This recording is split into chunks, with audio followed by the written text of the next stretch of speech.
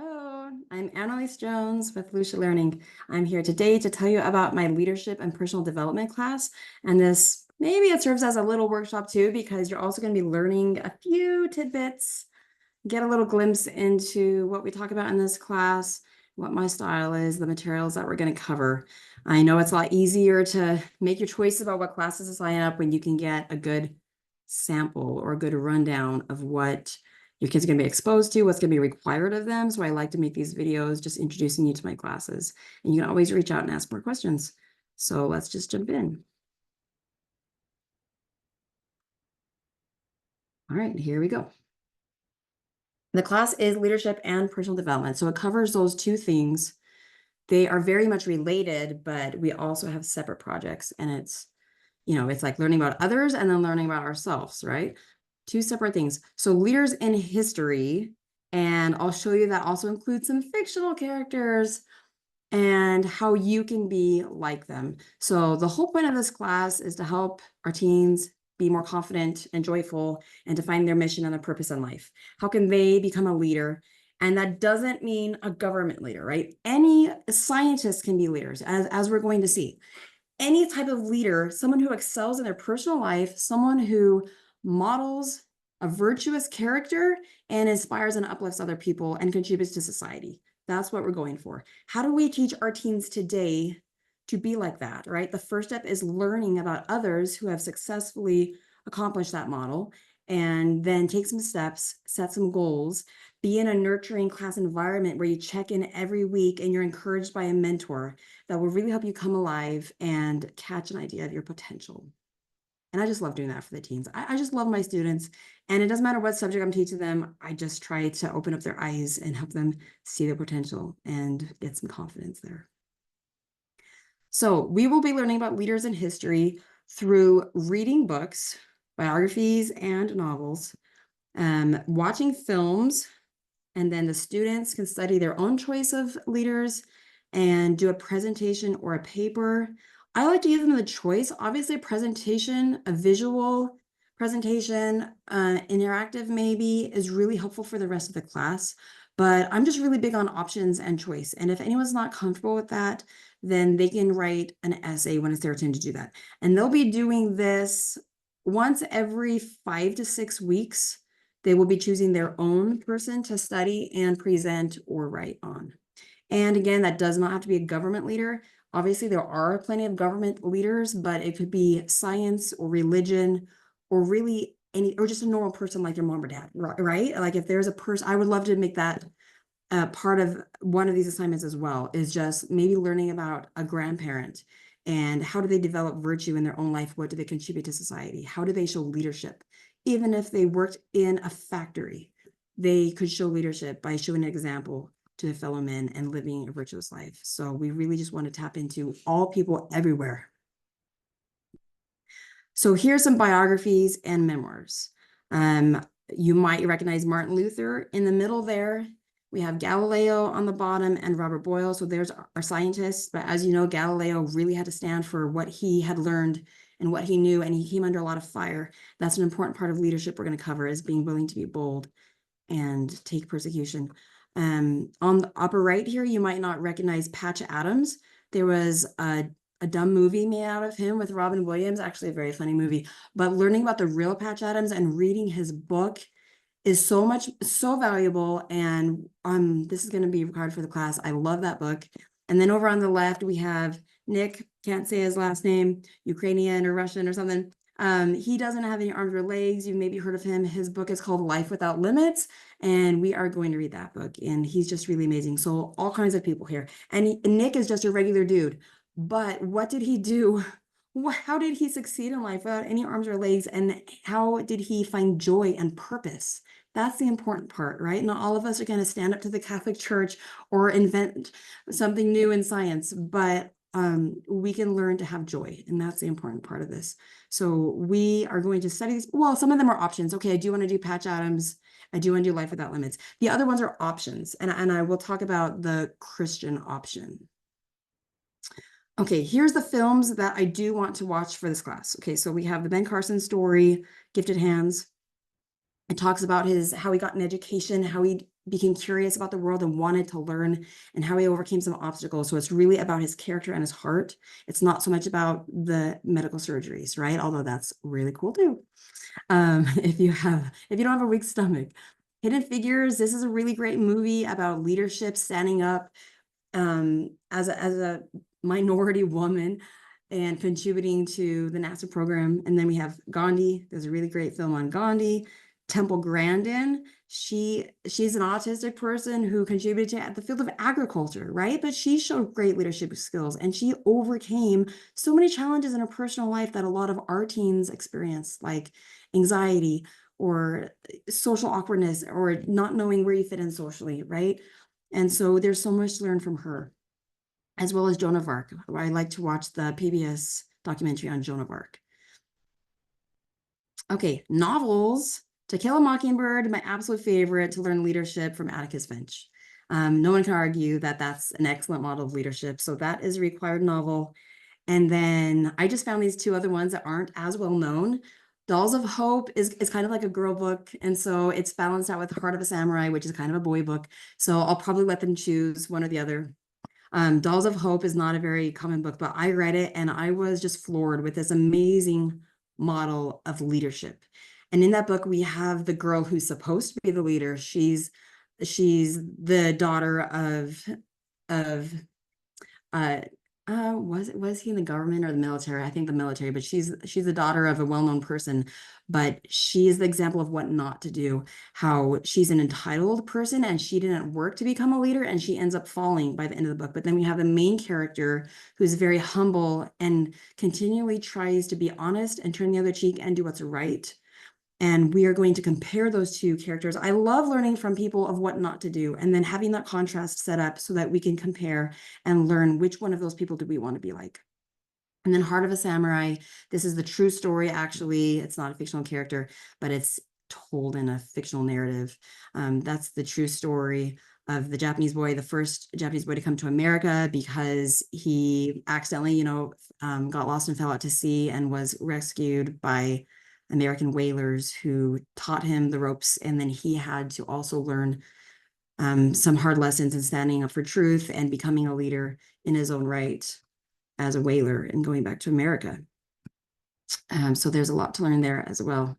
Okay, so here I have an example of what a student presentation might look like. Okay, so I didn't put this movie in, but I would like us to watch the movie Invictus to learn about Nelson Mandela. There's two movies on him. The other one is A Long Walk to Freedom. I didn't like that one as much because it focuses too much on his rough years before he was in jail, before he was a president. And then Invictus is more about his victorious years, really focusing on his leadership. So I don't want to know about his whole life. I want to zero in on his leadership and why he was a great president of South America, right? So this is how a student presentation might go. And I just have a super quick one-slide presentation about him. He is known for resisting apartheid in South Africa.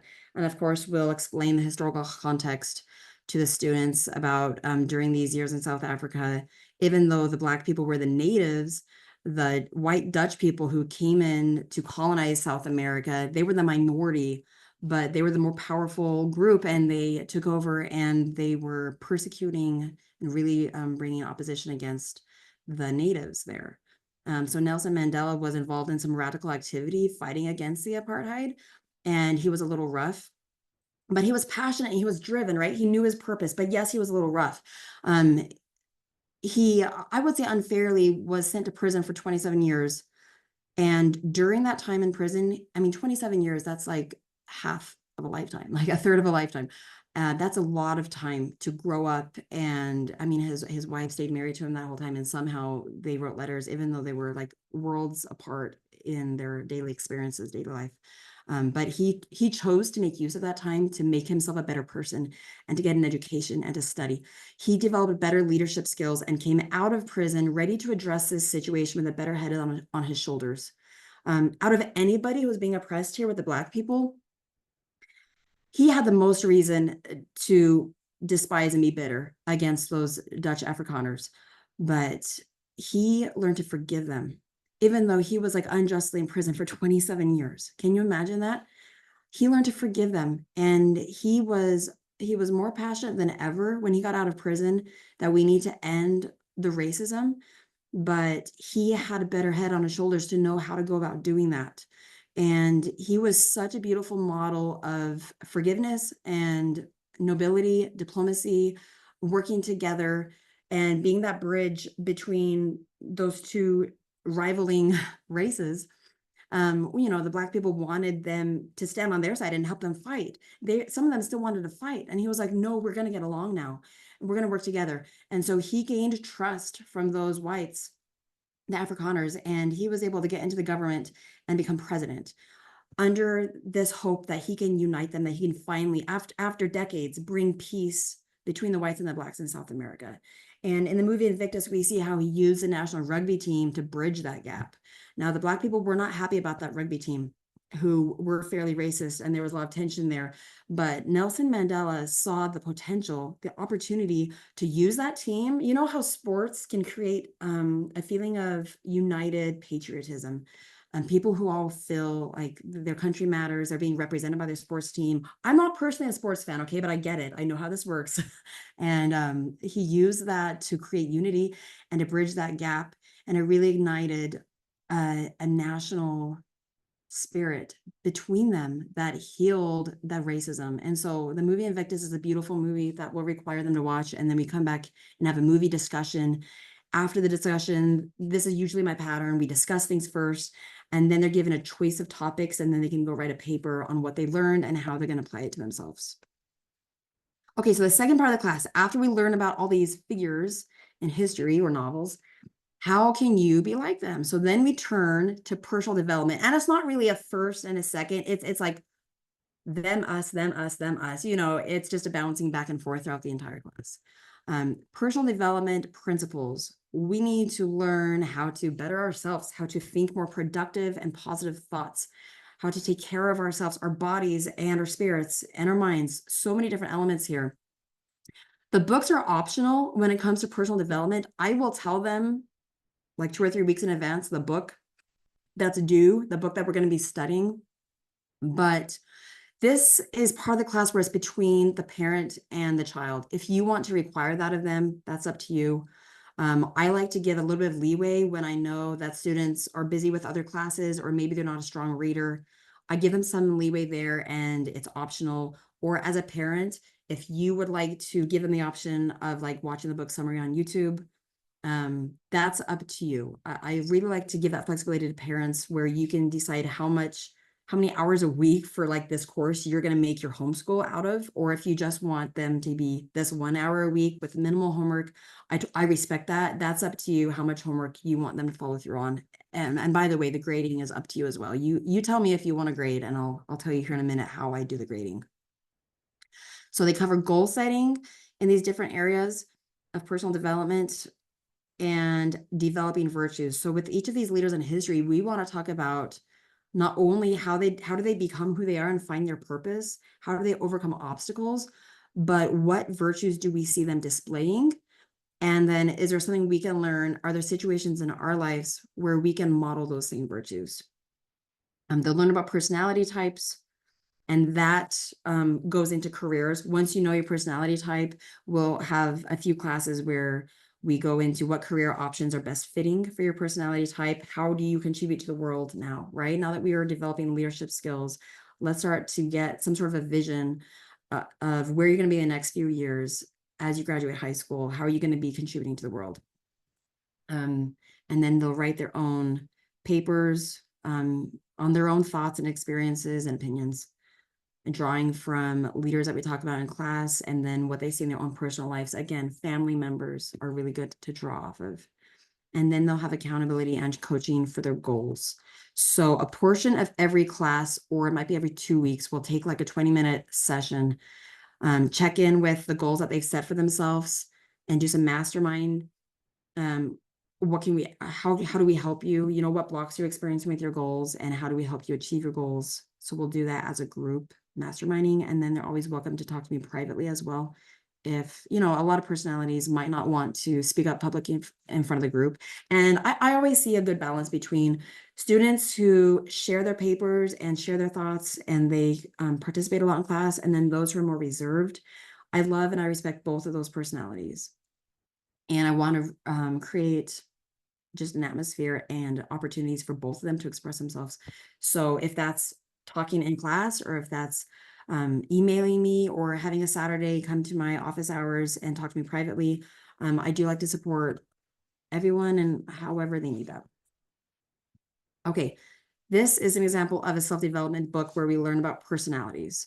I'm really passionate about the 7 kinds of smart, because there's too many kids in this world who think they're not smart because they're not a strong reader, or they're not good at math, or whatever. Their grades, and their experience in school has given them a belief that they're not smart.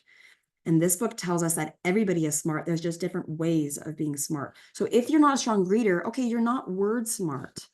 But are you good at art? Are you good at music? Are you good at fitness?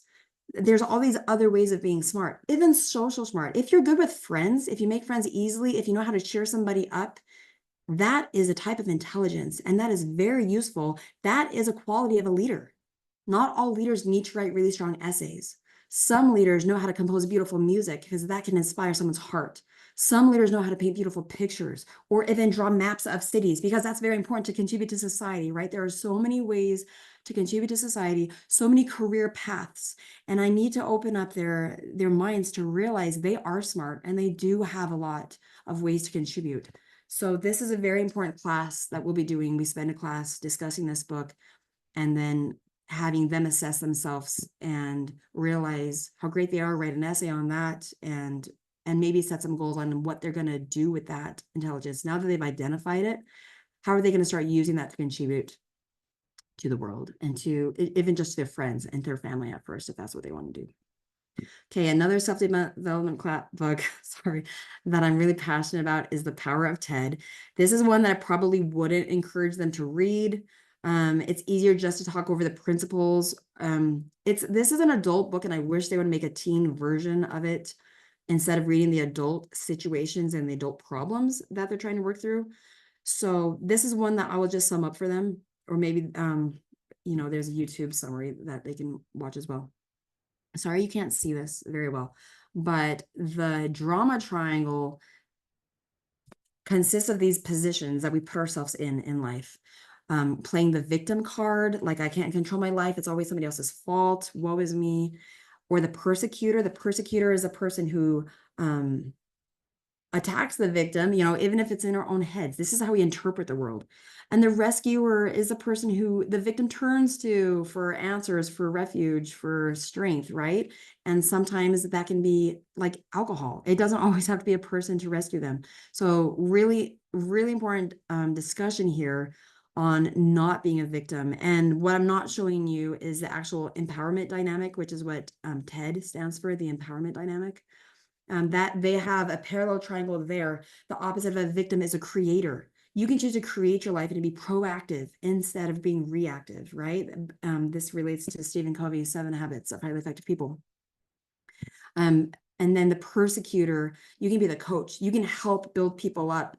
Oh, no, sorry, that's the rescuer. The parallel to the rescuer, the position there in the better triangle is the coach. And instead of the persecutor, it's the challenger. Like you have a challenging situation, but you don't have to view yourself as a victim.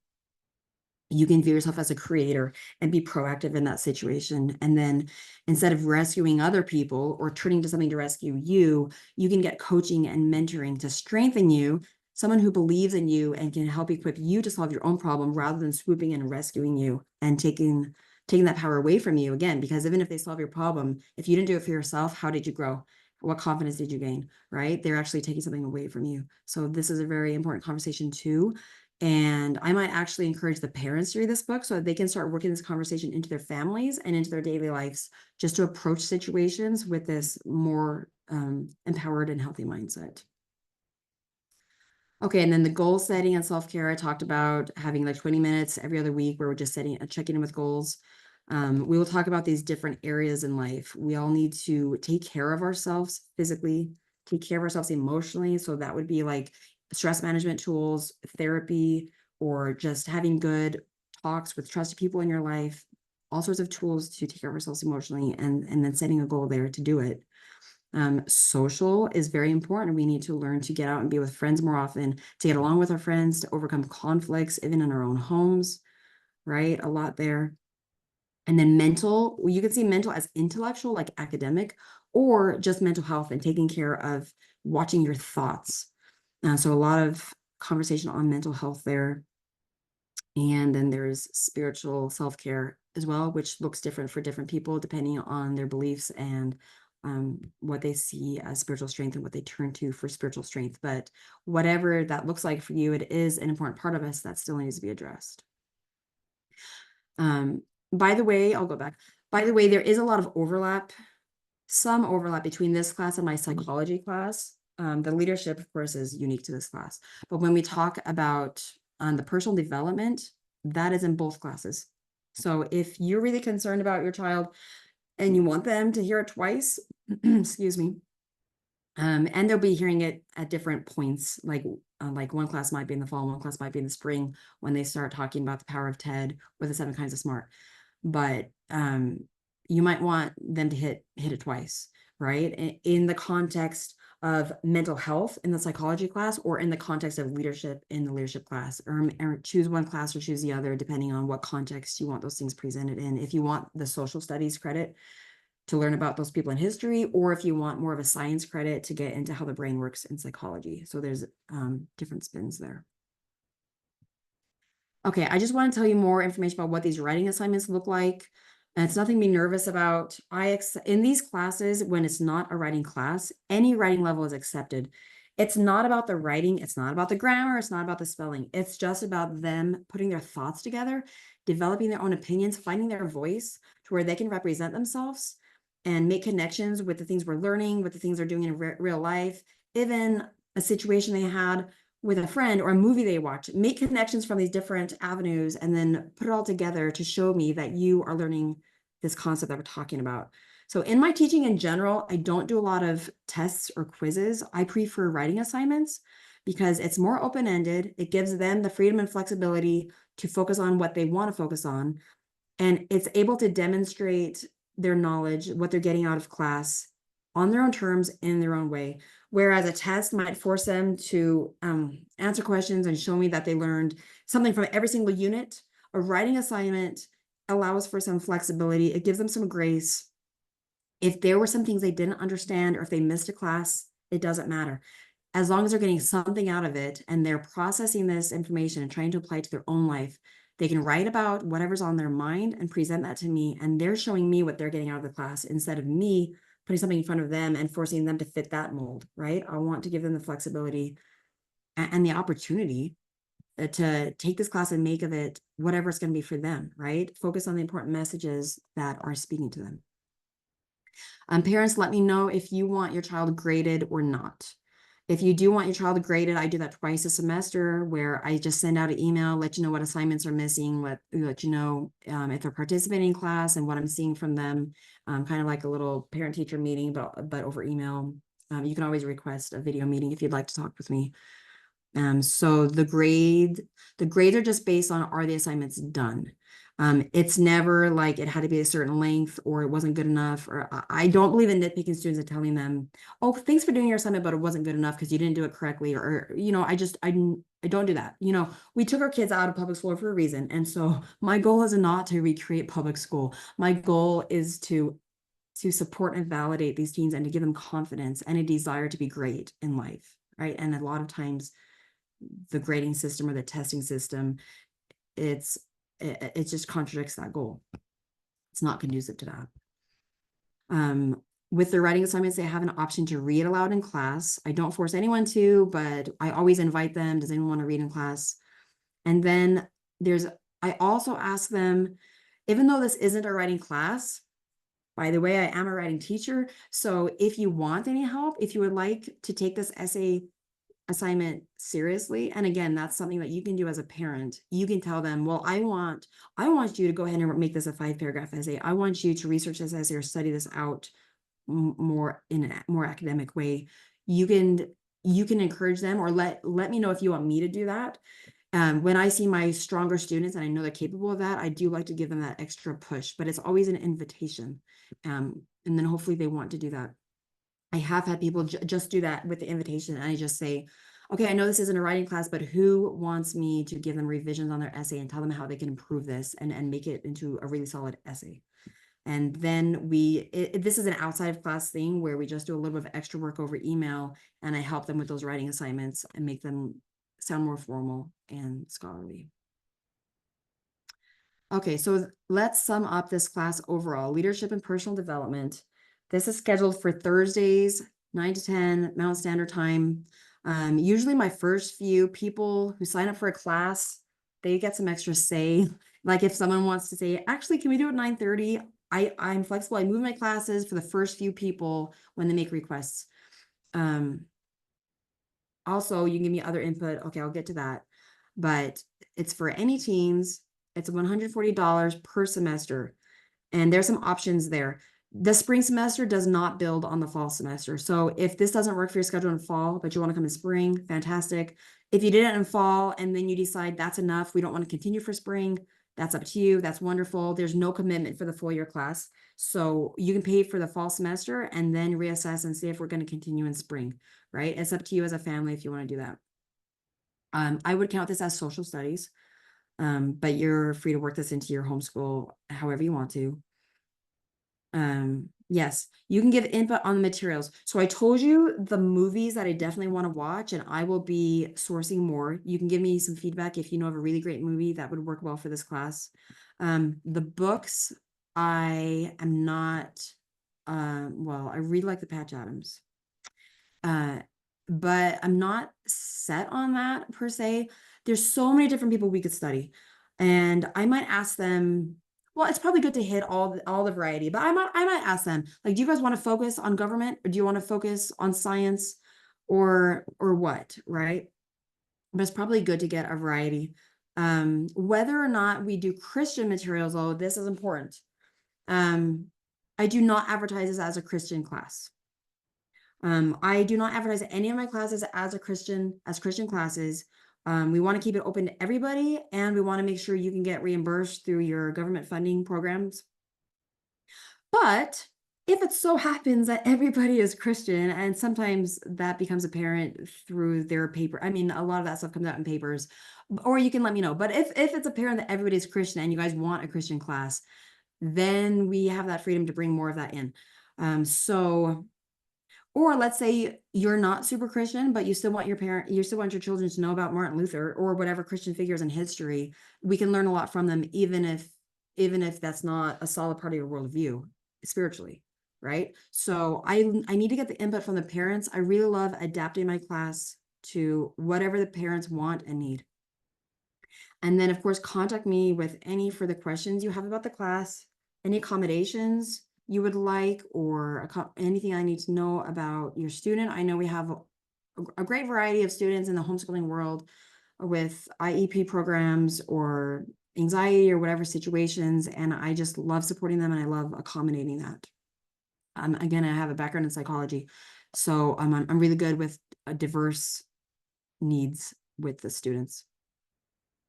Here's how you find me and contact me. My phone number, my email address, my website is lucialearning.com.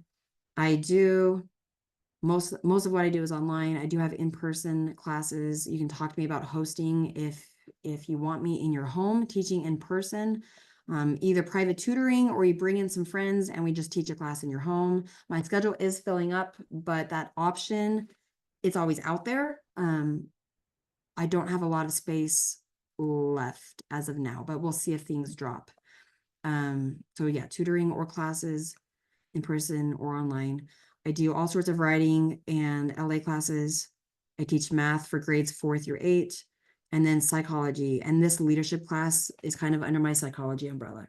Okay, because I'm not a history teacher, but I love learning from people and what they've experienced and the challenges they've gone through. That falls under psychology to me. So these are my areas of expertise. This is what I do. I love working with teens.